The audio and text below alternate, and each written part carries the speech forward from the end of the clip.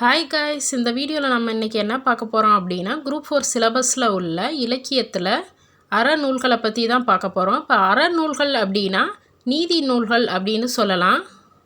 இப்போ பாருங்கள், அறநூல்களில் என்னென்ன கொடுத்துருக்காங்க அப்படின்னா நாலடியார், நான்மணிக்கடிகை, பழமொழி 400, முதுமொழி காஞ்சி, திரிகடுகம், இன்னா 40, இனியவை 40, சிறுபஞ்ச மூலம், ஏலாதி, ஔவையார் பாடல்கள் தொடர்பான செய்திகள்.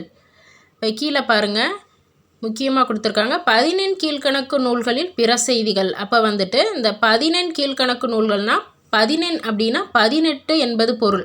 அப்போ அந்த 18 நூல்களையும் நம்ம பார்க்கணும். ஸோ அறநூல்களில் ஃபஸ்ட்டு கொடுத்துருக்க நாலடியாரை பற்றி நம்ம ஒரு பேசிக் இன்ட்ரொடக்ஷனாக நம்ம பார்த்துடலாம். நாலடியார் பார்த்திங்கன்னா 14 கீழ்கணக்கு நூல்களில் ஒன்று. இதோடைய சிறப்பு பெயர் என்னன்னு பார்த்தீங்கன்னா நாலடி 400, குட்டி திருக்குறள் அப்படின்னு சொல்லுவாங்க. வேளாண் வேதம் அப்படின்ற வேறு பெயரும் இதுக்கு இருக்குது. 14 கீழ்கணக்கு நூல்களில் ஒரே தொகை நூல் எதுன்னு கேட்டிங்கன்னா நாலடியார் தான். நாலடியாரை இயற்றியவர் யாருன்னு பார்த்தீங்கன்னா ஒரே ஒரு ஆள் மட்டும் கிடையாது. இது பல சமண முனிவர்கள் சேர்ந்து தான் இதை இயற்றியிருக்காங்க. நாலடியாரை தொகுத்தவர் யார் அப்படின்னு சொல்லிட்டு பார்த்தீங்கன்னா பதின்மர். அது கடவுள் வாழ்த்து அதற்கு பாடியவரும் பார்த்தீங்கன்னா பதின்மர் தான். ஸோ கேள்வியில் உங்களுக்கு எப்படி கேட்பாங்க அப்படின்னா நாலடியாரை தொகுத்தவர் அல்லது கடவுள் வாழ்த்து பாடியவர் அப்படின்னு சொல்லிட்டு கேட்பாங்க. அதுக்கு பதின்மர் தான் ஆன்சரு. திருக்குறளுக்கு இணையாக வைத்து போற்றப்படும் நூல் எதுன்னு கேட்டிங்கன்னா இந்த நாலடியார் தான். திருக்குறளை போலவே இந்த நாலடியார்லையும் பார்த்தீங்கன்னா அறம், பொருள், இன்பம்ன்ற 3 முப்பால் பகுப்புகளை கொண்டது. அறத்துப்பாலில் 13 அதிகாரங்களும், பொருட்பாலில் 24 அதிகாரங்களும், காமத்துப்பாலில் 3 அதிகாரங்களும் இருக்குது. நாலடியார் ஆங்கிலத்தில் மொழிபெயர்த்தவர் யாருன்னா ஜி போப். திருக்குறளுக்கு அடுத்தபடியாக போற்றப்படும் நீதி நூல் நாலடியார் தான். இந்த கொஸ்டின் அசிஸ்டன்ட் ஜெயிலர் எக்ஸாமில் கேட்ட கொஸ்டின். சங்க காலத்தில் தோன்றிய நூல்கள் 14 மேற்கணக்கு நூல்கள். இதில் பார்த்தீங்கன்னா 8 தொகை 10 பாட்டு நூல்கள் இருக்குது. இது சங்க காலத்திற்கு பின் தோன்றிய நூல்களின் தொகுப்பு எதுன்னு பார்த்தீங்கன்னா 14 கீழ்கணக்கு நூல்கள். அதாவது சங்கம் மருவிய காலம் அல்லது இருண்ட காலம் அப்படின்னு சொல்லலாம். 14 மேற்கணக்கு நூல்களில் பார்த்தீங்கன்னா அடிகள் ரொம்ப பெருசாக இருக்கும்.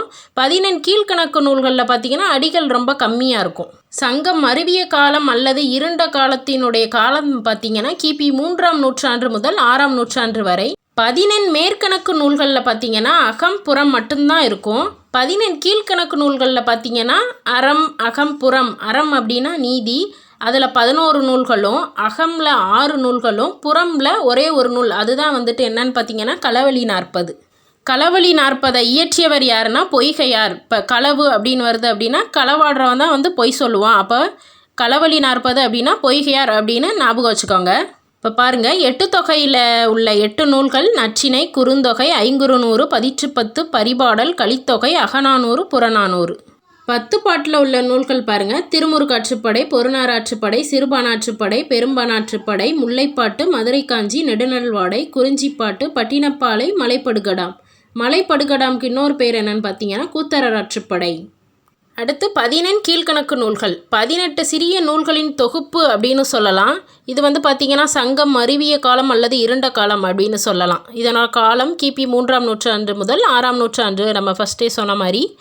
இதில் 14 கீழ்கணக்கு நூல்களில் பார்த்தீங்கன்னா அறமில் உள்ள நூல்கள் 11 நூல்களும், அகமில் 6 நூல்களும், புறமில் ஒரே ஒரு நூல் மட்டும் இருக்குது. அந்த அறமில் உள்ள 11 நூல்கள் எதுன்னு பார்த்துடலாம். நாலடியார், நான்மணிக்கடிகை, இன்னா 40, இனியவை 40, திருக்குறள், திரிகடுகம், ஆசாரக்கோவை, பழமொழி 400, சிறுபஞ்ச மூலம், முதுமொழி காஞ்சி, ஏலாதி. ஸோ இந்த 11 நூல்களும் அறநூல்கள். அகநூலில் உள்ள 6 நூல்கள் எதுன்னு பார்த்தீங்கன்னா கார் 40, ஐந்திணை 50, திணைமொழி 50, ஐந்திணை 70, திணைமாலை 150, கைநிலை. இந்த கைநிலைக்கு இன்னொரு பேர் என்னென்னா இந்நிலை அப்படின்னு சொல்லுவாங்க.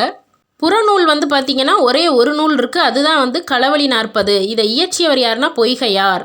ஸோ அப்போ நம்ம சிலபஸில் உள்ள டாப்பிக்கை மட்டும் பார்க்காம 14 மேற்கணக்கு நூல்களில் உள்ள 18 நூலையும் 14 கீழ்கணக்கு நூல்களில் உள்ள 18 நூலையும் ஃபுல்லாக பார்த்துடணும். ஸோ சிலபஸில் கொடுத்துருக்க டாப்பிக்கை நம்ம கிளியராக படிச்சுக்கணும். மற்ற 14 கீழ்கணக்கு நூல்களில் பிற செய்திகள் அப்படின்னா மற்ற நூல்கள் வந்துச்சுன்னா அதோட ஆசிரியர் பெயர் கொஞ்சம் குறிப்புகளை மட்டும் நம்ம பார்த்துக்கிட்டா போதும். இன்னொரு முக்கியமான விஷயம் என்னென்னா சங்கம் மருவிய காலத்திற்கு பின் தோன்றிய அனைத்து நூல்களையும் எப்படி சொல்லுவாங்க அப்படின்னா பன்னீர் பாட்டியல் அப்படின்னு சொல்லுவாங்க. நாலடியார் ஸ்கூல் புக்கில் எங்கெங்கே கவர் ஆகுது அப்படின்னு பார்த்தீங்கன்னா 6th ஓல்டு புக்கில் ஃபஸ்ட்டு டேர்மில் பேஜ் நம்பர் 25ல் வந்து இருக்குது. அதே மாதிரி நியூ புக்கில் பார்த்தீங்கன்னா 7th செகண்ட் டேர்மில் வந்துட்டு 29 பேஜில் வந்துட்டு அழியா செல்வம் அப்படின்ற ஹெட்டிங்கில் இருக்குது. ஓல்டு புக்கில் உள்ள நாலடியாரை இப்போ பார்க்கலாம். இதில் கொடுத்துருக்க நாலடியார் பாடலை பாருங்கள். நாய்க்கால் சிறுவிரல் போல் நன்கனியராயினும் ஈக்கால் துணையும் உதவாதார் நட்பெண்ணாம் செய்தானும் சென்று கொள்ளல் வேண்டும் செய்வினைக்கும் வாய்க்கால் அணையர் தொடர்பு. இந்த பாடலோட பொருள் என்னன்னா, நாயின் கால் விரல்கள் வந்து பார்த்திங்கன்னா நெருங்கி இருக்குமா. அதுபோல் சிலர் வந்து நம்மோட நெருக்கமாக தான் இருப்பாங்க. ஆனால் அவங்க வந்து ஈயின் கால் அளவுக்கு கூட நமக்கு வந்து உதவ மாட்டாங்க. அப்படிப்பட்டவர்கள் நட்பால் நமக்கு என்ன பயன்?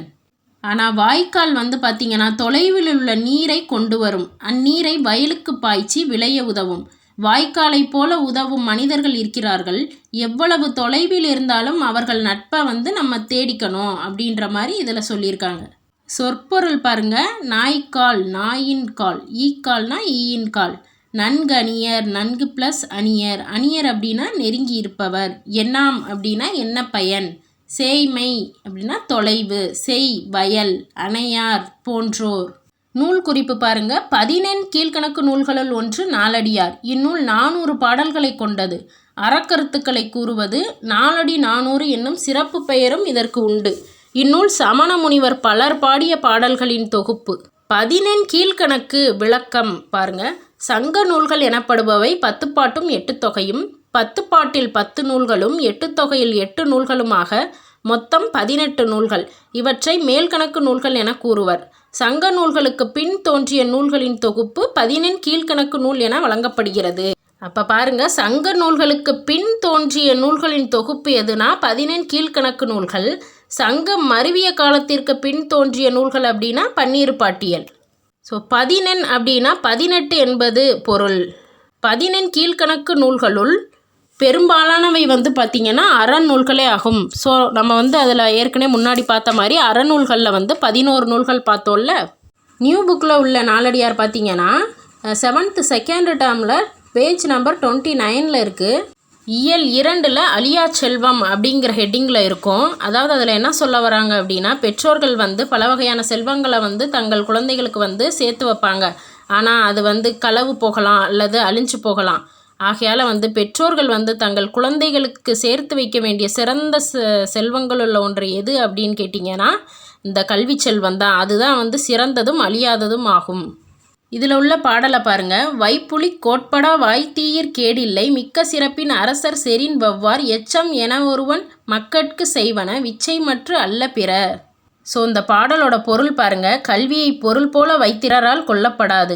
ஒருவருக்கு வாய்க்கும்படி கொடுத்தாலும் குறைவுபடாது. அதாவது வாயினால் சொன்னாலுமே அது குறைவுபடாது. மிக்க சிறப்பினை உடைய அரசராலும் கூட அதை கவர முடியாது.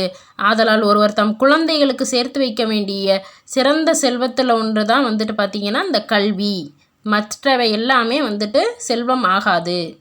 நூல் குறிப்பு பாருங்க. நாலடியார் சமண முனிவர்கள் பலரால் எழுதப்பட்ட நூலாகும். இந்நூல் 14 கீழ்கணக்கு நூல்களுள் ஒன்றாகும். இது 400 வெண்பாக்களால் ஆனது. இந்நூலை நாலடி 400 என்றும் வேளாண் வேதம் என்றும் அழைப்பர். இதை வந்து குட்டி திருக்குறள் அப்படின்னு சொல்லுவாங்க. திருக்குறள் போன்றே அறம் பொருள் இன்பம் என்னும் முப்பால் பகுப்பு கொண்டது.